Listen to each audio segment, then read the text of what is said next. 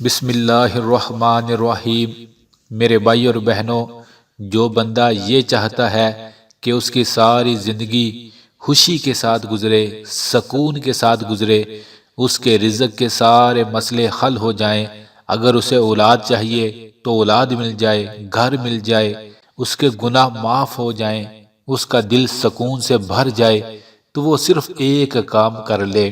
وہ بڑے آرام سکون کے ساتھ، پیار اور محبت کے ساتھ اور دل کی گہرائیوں کے ساتھ اور اللہ کا کلام سمجھ کر صرف قرآن کی ایک سورت باقاعدگی کے ساتھ پڑھ لے۔ کون سی؟ سورۃ الکوثر، انا اعطیناک الکوثر۔ اس سورت کو وہ روزانہ صبح اور شام جتنا ہو سکے دل سے پڑھ لے، اللہ اس کے ہر مسئلے کو حل فرما دیں گے، اس کی ہر خواہش، ہر دعا پوری فرما دیں گے۔ اللہ اکبر۔ اس سورت کے لفظ لفظ میں برکت ہے، اثر ہے، رحمت ہے۔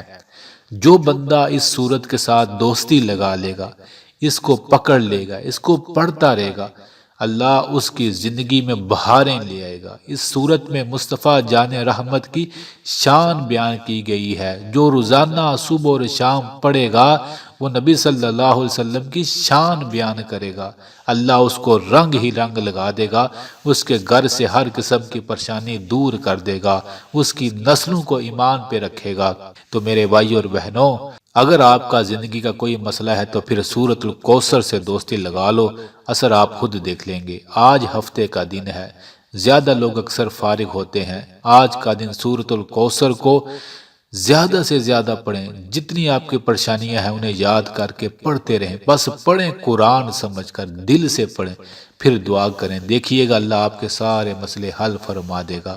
اور زندگی کا ایک وظیفہ بنا لیں، صبح اٹھ کر پہلے سورۃ الکوثر 3 بار پڑھ کر دعا مانگ کر پھر اپنے کاموں میں لگ جایا کریں، اور رات کو سونے سے پہلے بھی 3 بار سورۃ الکوثر کو آرام سکون کے ساتھ پڑھ کر اللہ سے دعا مانگ کر سو جایا کریں۔ یقین مانے دن کا آغاز اور دن کا اختتام سورۃ الکوثر سے ہو تو پھر کیا ہی بات، دل میں نور آئے گا، زندگی میں بہاریں آئیں گی۔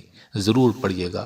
آخر میں اللہ سے دعا ہے ان تمام بھائیوں اور بہنوں کے لیے جو کمنٹس میں دعا کا کہتے ہیں، جو نہیں بھی کہتے ہیں، میرے پاک اللہ، اے میرے پیارے اللہ، ہم سب کی ہر پریشانی کو تو ہی دور فرما سکتا ہے، ہم سب کی ہر پریشانی دور فرما دے، آمین آمین۔